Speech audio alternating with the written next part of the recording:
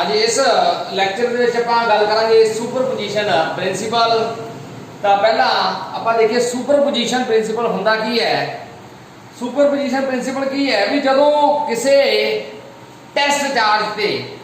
Test charge ਆਪਾਂ ਕਿਸ ਨੂੰ ਕੀ ਹੈ ਆਪਾਂ ਫੋਰਸ ਦੇਖਣੀ ਹੈ ਕਿਸੇ ਬੋਡੀ ਦੁਆਰਾ ਜਿਹੜਾ ਟੈਸਟ ਕਰਨ ਲਈ ਚਾਰਜ ਲਿਆ ਤਾਂ ਵੀ ਕਿੰਨੀ ਫੋਰਸ ਲੱਗਦੀ ਹੈ ਇਸ ਫੀਲਡ ਤੇ ਜਾਂ ਇਸ ਪੁਆਇੰਟ ਤੇ। ਉੱਥੇ ਅਸੀਂ ਉਹ ਫੋਰਸ ਦੇਖਣ ਲਈ कोई चार्ज लैके आए वैरी स्मॉल चार्ज जिसकी अपनी फोर्स है जी दूजे से बहुत घट है, ठीक है, वो लैके आए, ठीक है। जिन्नी फोर्स इस टेस्ट चार्ज से लग रही है वो सारे चार्जेस द्वारा लाइया फोर्सेस का जोड़ है। कोई एक चार्ज द्वारा लाई हुई फोर्स नहीं आ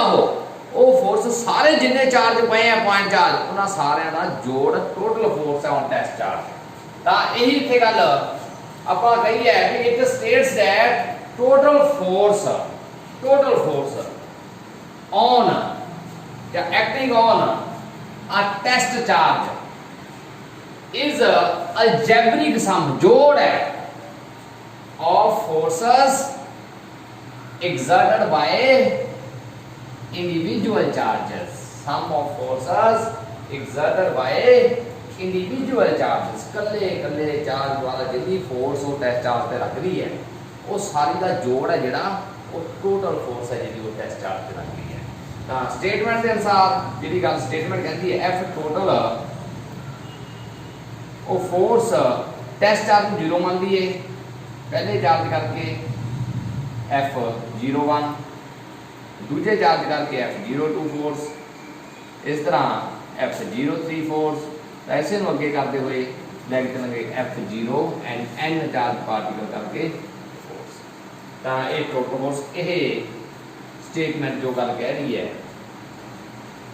total force on a test charge is equal to algebraic सम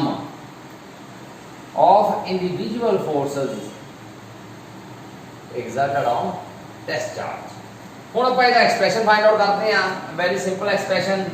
ਮੰਨ ਲਓ ਇਹ ਟੈਸਟ ਚਾਰਜ ਦੇਖੋ ਇਸ ਤੇ ਫੋਰਸ ਇਹ ਆਪਣੇ ਕੋਲ ਪੁਆਇੰਟ ਚਾਰਜ ਪਿਆ Q1 ਇਹ Q2 ਇਸੇ ਤਰ੍ਹਾਂ ਕਰਦੇ ਹੋਏ ਸਾਡੇ ਕੋਲ ਕਈ ਚਾਰਜ ਹੈ Qn। ਤਾਂ ਇਹ Q1 ਇਸ ਤੇ ਫੋਰਸ ਲਾ ਰਿਹਾ ਹੈ ਟੈਸਟ ਚਾਰਜ ਦੇ ਉੱਤੇ। तो ये फोर्स ਨੂੰ मैं वेक्टर फॉर्म में ਤੁਹਾਨੂੰ ਪਹਿਲਾਂ ਦੱਸ ਚੁੱਕਿਆ ਕਿਵੇਂ ਰਿਪਰੈਜ਼ੈਂਟ ਕਰਦੇ ਆਪਾਂ force on naught due to 1 force on naught due to 1 इसकी डायरेक्शन की है फोर्स दी है 1 ਤੋਂ नॉट वाले पासे 1 ਤੋਂ नॉट वाले पासे ये यूनिट वेक्टर डायरेक्शन ਦੱਸੂਗਾ जी 1 ਤੋਂ नॉट वाले पासे यूनिट वेक्टर डायरेक्शन ਦੱਸ ਰਿਹਾ 1 ਤੋਂ नॉट वाले पासे ਦੀ फोर्स है। अगे Q2 जी फोर्स लाऊगा इस ते वो फोर्स की है force on naught due to 2 magnitude हो गया। हुण असीं गल करिए दी डायरेक्शन 2 तो नॉट वाले पासे 2 तो नॉट वाले पासे। इस तरह n की गल करिए साडे कोल n कोई पॉइंट चार्ज पे ये फोर्स लाऊगा नॉट ते n करके डायरेक्शन की होगी यूनिट वेक्टर डायरेक्शन दसूगा ये यूनिट वेक्टर डायरेक्शन किधरों किधर है n तो नॉट वाले पासे ये यूनिट वेक्टर ने डायरेक्शन दस दी जी।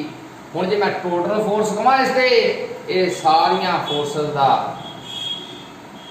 जोड़ टोटल फोर्स है इस ते। तो मैं value F01 F02 F03 n की वैल्यू पुट कर दांगा, ठीक है। वो मेरे पता करनी आती है F01 के F01 किहदे विच फोर्स है Q0 ते लग रही है Q1 ला रहा, ठीक है। ते r² डिस्टेंस मान लीए ਆਪਾਂ। ਹੁਣ जे डिस्टेंस की गल करते हैं किहदे विच नॉट ते 1 च है तो इत्थे नॉट 1 ले सकदा पर सिंपलीफिकेशन दी यूनिट वेक्टर के अकॉर्डिंग चलांगे। यूनिट वेक्टर की है नॉट 1 दा 1 नॉट ਇਹ डायरेक्शन दसती इसने तो इसके अनुसार ही असी डिस्टेंस ले लेना। तो ये साडे कोल नॉट 1 की वैल्यू आ गई। इसी तरह F naught two vector form लाँगे हाँ के क्यू नॉट ते क्यू टू की जी फोर्स है उसको क्या आप F naught two r naught two का स्केयर आर टू नॉट इसका यूनिट वैक्टर है देख सकते हो तो ये साढ़े को आ गया एफ नॉट टू देखो वैक्टर पाया तो इधर यूनिट वैक्टर भी नाल है अगे एफ नॉट एन की गल करिए के क्यू नॉट क्यू एन बटा r n naught square r n naught similarly तो हम आप ये वैल्यू इतने पुट करांगे तो इसमें समीशन की फॉर्म च लिखांगे वो साडा एक्सप्रैशन होगा सुपरपोजिशन प्रिंसीपल का तो आप करते हैं इसमें नैक्सट वैल्यू पुट करके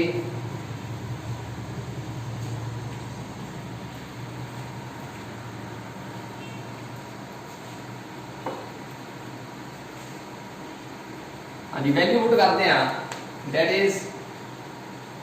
एफ टोटल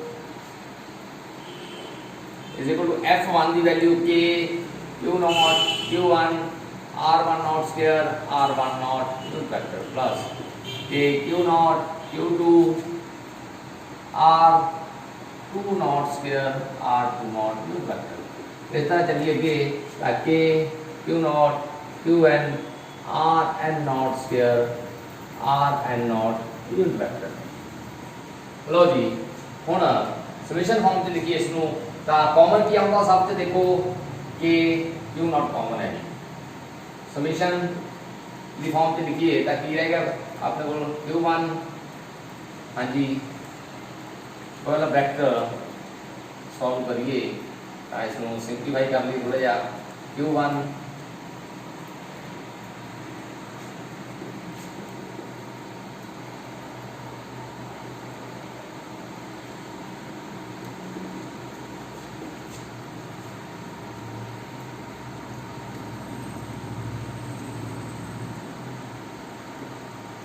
हाँ जी असं सिर्फ के क्यू नॉट कॉमन सी सब से देखो के क्यू नॉट वो असी कॉमन ले लिया बाकी ब्रैकेट की फॉर्म से सिंपलीफाई कर लिया इस तो बाद असी इसको समीशन फॉर्म से लेके चलांगे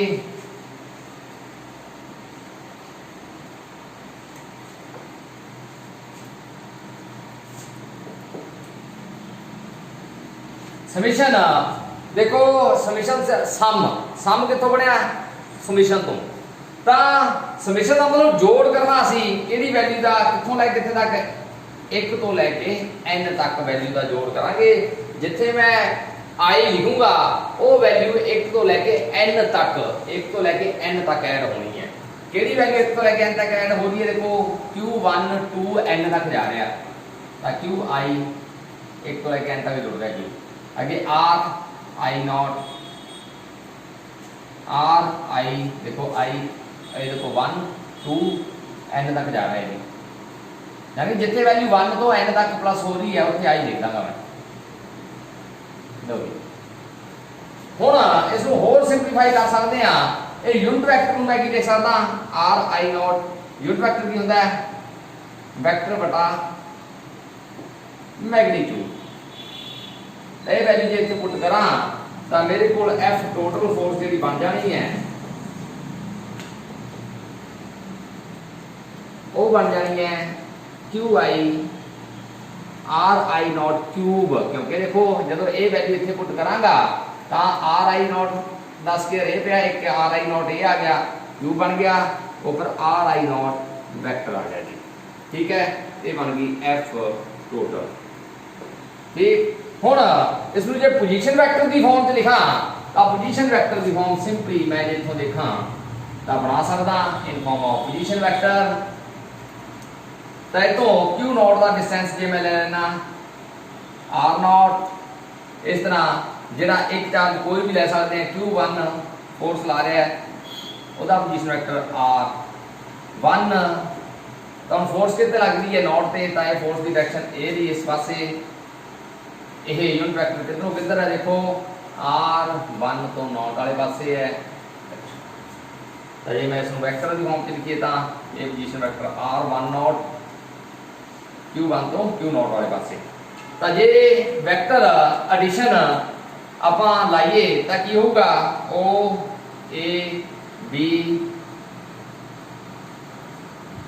ट्रायंगल देखिए इसमें और सिंपलीफाई करके अलग लिख लेंगे आप Q1 Q0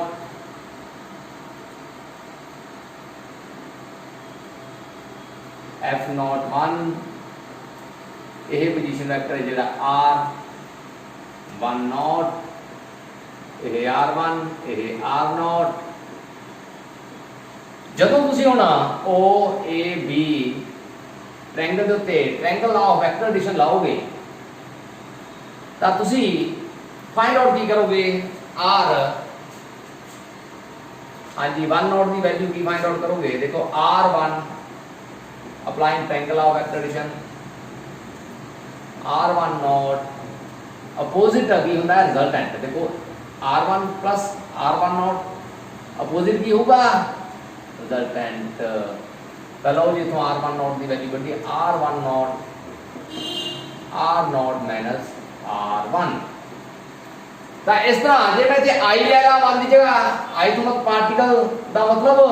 ਕੋਈ ਵੀ ਪਾਰਟੀਕਲ ਹੈ ਜਿਹੜਾ ਤਾਂ ਬੰਨ ਜਗ੍ਹਾ ਮੈਂ R I ਲੈ ਸਕਦਾ ਹਾਂ ਲਓ ਠੀਕ ਹੈ ਤਾਂ ਇਹ ਸਾਡੇ ਕੋਲ R I ਨਾਮ ਦੀ ਵੈਲਿਊ ਆ ਗਈ ਇਨ ਫਾਰਮ ਆਫ ਪੋਜੀਸ਼ਨ ਵੈਕਟਰ ਤਾਂ ਇੱਥੇ ਮੈਂ ਪੁੱਟ ਕਰ ਸਕਦਾ ਇਨ ਫਾਰਮ ਆਫ ਪੋਜੀਸ਼ਨ ਵੈਕਟਰ ਸਾਡੇ ਕੋਲ K Q0 ਐਜ਼ ਇਟ ਹੀ ਆ ਜਾਣਾ Q I नीचे r i naught the r naught minus r i magnitude है नीचे सिर्फ ताई मैग्नीट्यूड ਲਈ ਬਾਹਰ ਪਾਵਾਂਗੇ ਆਪਾਂ ਦਾ ਕਿਊਬ ਮੈਗਨੀਟਿਊਡ ਦਾ ਕਿਊਬ ਉੱਪਰ ਕੀ ਹੈ ਇਹ ਵੈਕਟਰ ਹੈ ਸਿੱਧਾ ਇੱਥੇ ਆਊਗਾ r note minus r i in farm of vector ਇਹ ਸਾਡੇ ਕੋਲ ਟੋਟਲ ਐਕਸਪ੍ਰੈਸ਼ਨ ਆ ਗਿਆ ਜੀ ਟੋਟਲ ਫੋਰਸ ਵੈਕਟਰ ਦਾ इन पोजीशन वेक्टर फॉर्म ये पोजीशन वेक्टर फॉर्म क्या है ये सिंपली रिलेशन है तो पोजीशन वेक्टर फॉर्म उनकी बुक से दिता हुआ है तो उम्मीद करता थानू ये इस ट्रायंगल ऑफ वेक्टर एडिशन तो पता लग गया कि असं किवें इस फॉर्म नू इस फॉर्म से लिखा तो ऐसे साडे कोल सुपर पोजीशन प्रिंसीपल उम्मीद करता दो आर्टिकल तुसीं कीते तो इन्हां नू ध्यान च रखना एक कीता Coulomb's law in vector form दूजा असीं कीता superpositional principle. Thanks for watching. Thank you.